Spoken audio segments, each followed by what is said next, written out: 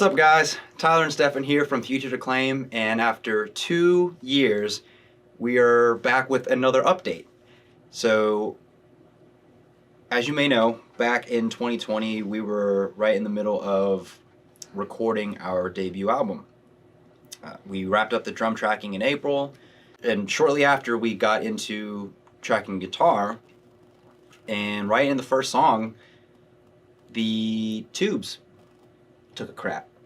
Yeah, the tubes went out, and that was a severe bummer on that day because we were super pumped.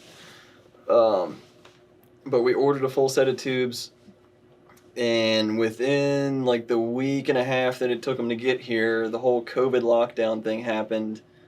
And long story short, it basically took the urgency out of recording for us. Yeah. Which was dumb.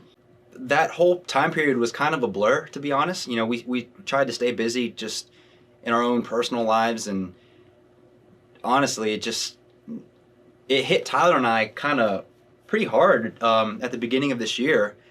Like, holy shit, we dropped the ball. Yeah, we did. And immediately we just felt like, what are we doing? Yeah.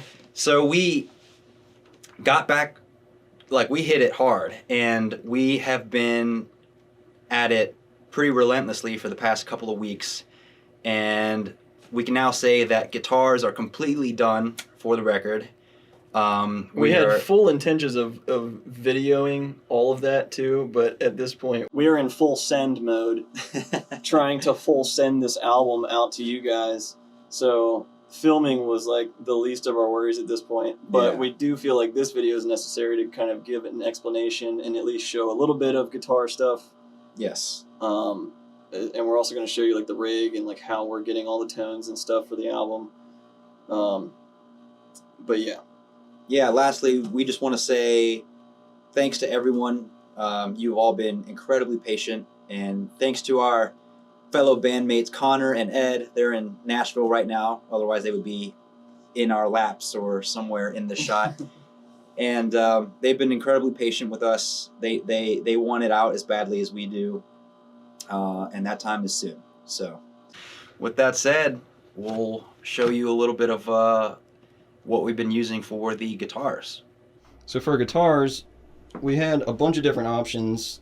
We ended up trying like 2 Telecasters and a Strat for some clean parts, and pretty much every Ibanez guitar that I own.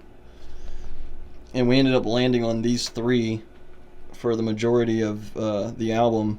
This one in particular has Seymour Duncan Tone Zone and Aaron Norton pickups that have just a really nice tightness and clarity that we liked for certain songs. We had a grounding problem, so we had to MacGyver a little ground wire there. But other than that, we were really liking what we were getting out of this. But for other songs, this guitar seemed to shine the most. It just has the exact opposite of what we liked about this guitar has. It's just dirty and raunchy and just very angry. It sounds angry. So we really enjoyed that for some songs, and even parts of songs that this guitar was on, we beefed up with this one. And then with the really low down-tuned G-sharp stuff that we play, we ended up using this 7-string Ibanez, which is actually a very budget-friendly option. It's the Geo. It's like $200. It performed really well. It actually really surprised us and got us through both of the G-sharp songs. So super stoked about that. So now we're going to go check out the signal chain. So from the guitar, we're going to a volume pedal, which is then going to a DI box in case anything terrible happens, like our tubes go bad or a mic cable dies or whatever the case may be. We can at least save the performance with the DI. From there, we're going into this pedal board, which looks like hell right now because some cables went bad in the process and we didn't bother to remove the bad cables. We just left their dead corpses on this board and replaced them with new ones. So Anyway, the majority of our overdrive and distortion comes from the amp, but we do use this Boss OS2 as a bit of extra spice, just to kind of liven things up a little bit. And depending on the song, we do swap it out with the Way Huge Conspiracy Theory, which also works like wonderfully on clean tones. We'll replace this with this and get your clean tone sounding pretty sparkly and scrumptious. In the effects loop, we have this concoction of pedals, and this is like, to me, this is like my secret sauce as far as lead tones. So this is the Digitech Lux, and it basically acts like a chorus without the warbliness that you get from a chorus. So it just kind of thickens up the note that you're playing, and it really adds like a bit of sweetness to the tone, which is also great on cleans as well. Then we have a clean boost and a delay. In the delay, we will swap out every once in a while with a couple of different reverbs. We have the Sky Surfer reverb for your typical like spring reverb sound, and then this Afterneath to get more crazy kind of ambient sounding reverbs. But that's about it for the signal chain, and then we're going out into the PV6505, or the 6505 Plus actually, and that is loaded now with JJ power tubes and TC electronic preamp tubes. And then from there, it goes out to the cabinet that's downstairs. Alright, so from the amp, we come down to this 412 cab that is mic'd up with two SM57s and an Audix D6, and they are all mic'd on the cap edge.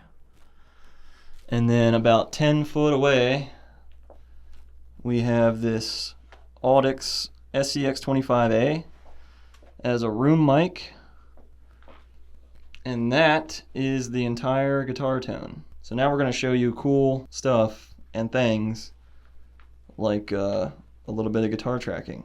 Enjoy.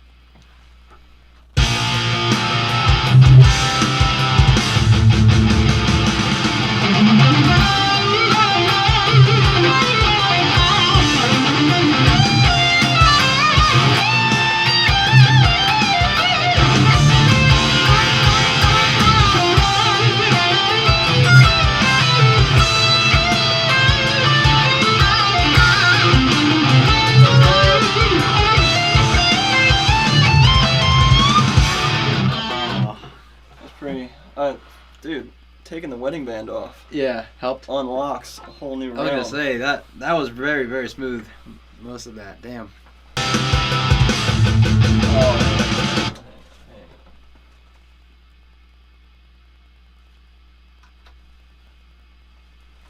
alright, let it roll.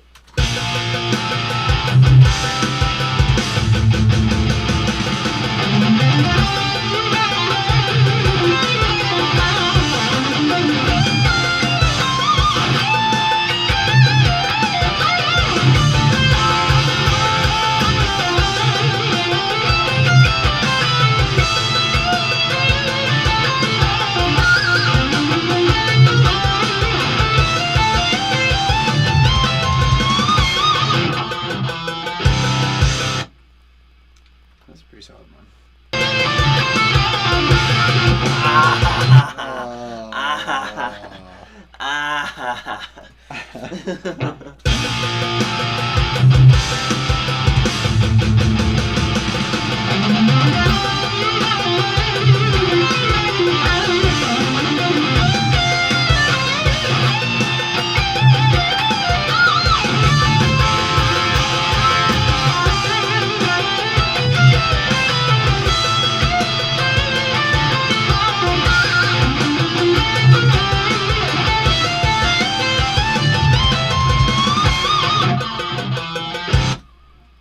Not bad, not bad.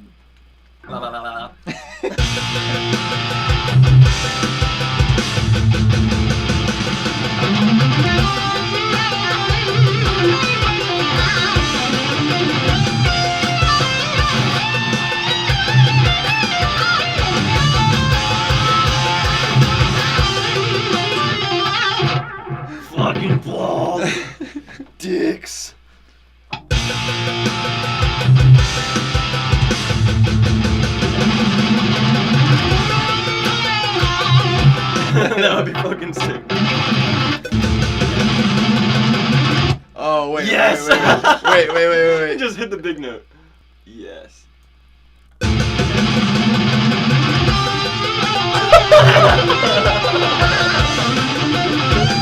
That sounds insane. It sounds like you just went absolute fucking.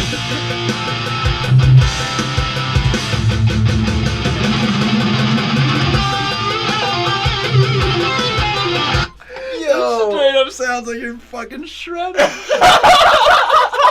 I'm about to do that live.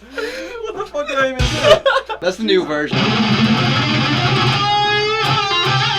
Just like tremolo pick a bunch of nonsense. You had to put that in an outtake track.